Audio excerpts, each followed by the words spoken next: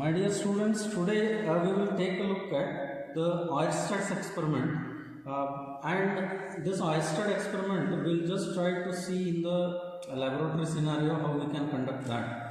Already we have made a discussion, theoretical discussion on this part, and for this particular practically showing this particular experiment, we have this setup as you can see here. We have a particular magnetic compass needle kind structure has been built here.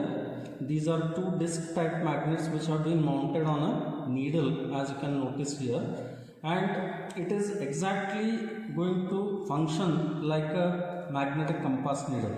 As you can see here, magnetic compass needle is showing north south direction like this, and this particular arrangement of disc type magnets is also showing the same direction. As you can notice here, both of them are almost parallel to each other, and here I am considering one copper conductor which has been mounted like this on a structure, and this copper conductor is connected to the terminals of power supply like this.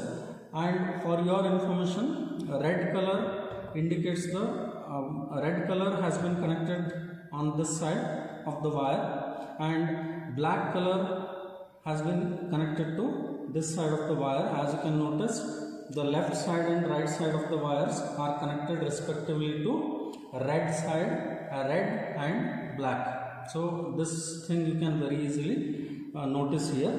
Now, as per the Oersted experiment, what is Oersted experiment mentions?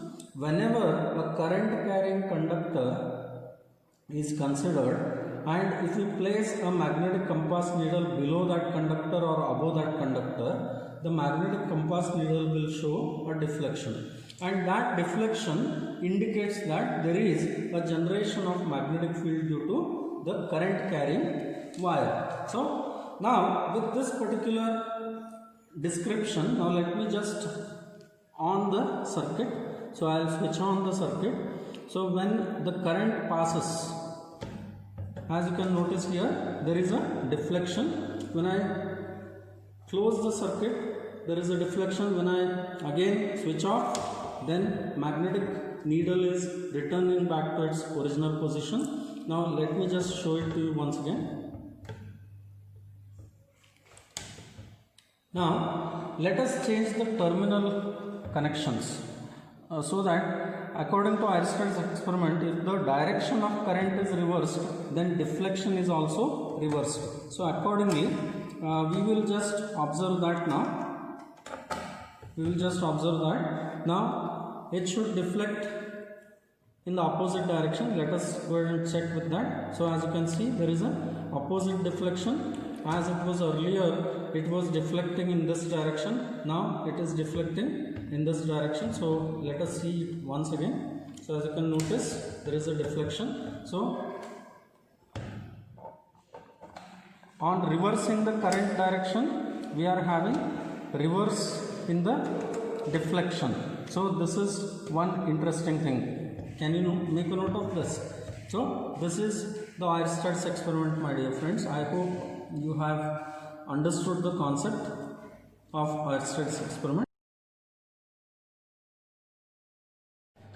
Now let's take a look at Ampere's swim rule, which is connected to Oersted's experiment. Now according to Ampere's swim rule, we know that whenever a swimmer is swimming above the conductor carrying current such that the current enters from his legs and comes out from his head, then north pole of the magnetic compass needle will be deflected towards his left hand. Now this is Ampere's swimming rule. So accordingly, now here let me just show you where is the north pole for our magnetic compass needle that we have prepared. Now this is the north direction, so that means this end is north pole, this end is south pole, and as you can notice here, the red wire is connected to positive terminal of the power source and black wire is connected to negative terminal of the power source, and due to that reason, this end, that is left end, or from your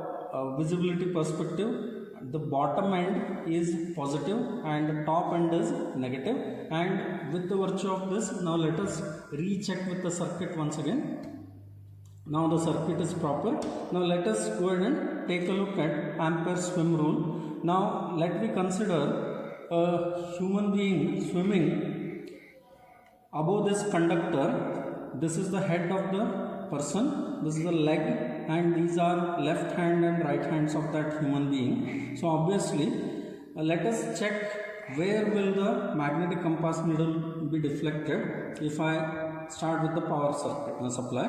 Now as you can notice here, the north pole is deflecting towards the left hand of the swimmer, is it not? So this is one interesting case, and here notice that the current is entering from his leg and coming out from his through his head. So this is the same arrangement that we have made, and magnetic compass needle is deflecting such that his north pole of the compass needle is towards the left hand. So this is one case. Okay, now quickly let us reverse the direction of the current. Now if we reverse the direction of the current, now I am connecting black to positive and red to negative. That means clearly the bottom end is negative now, top end is positive. So accordingly, now let me just switch on. So now let the swimmer swim in the opposite direction. So we can see that the current is entering from top end and leaving at the bottom end. So obviously current will enter through his leg and it is coming out from his head. This is according to Ampere's swim rule statement. So now let me just switch on the circuit. As you can notice, the north pole of the magnetic compass needle is deflected towards the left hand of the swimmer. So again our Ampere swimming rule is been verified by this experimental approach. So as you can notice here, this is the north pole and north pole is deflected towards the left hand, and this is how Ampere's Oersted experiment can be very easily verified by using Ampere's swim rule, and this is a verification of it.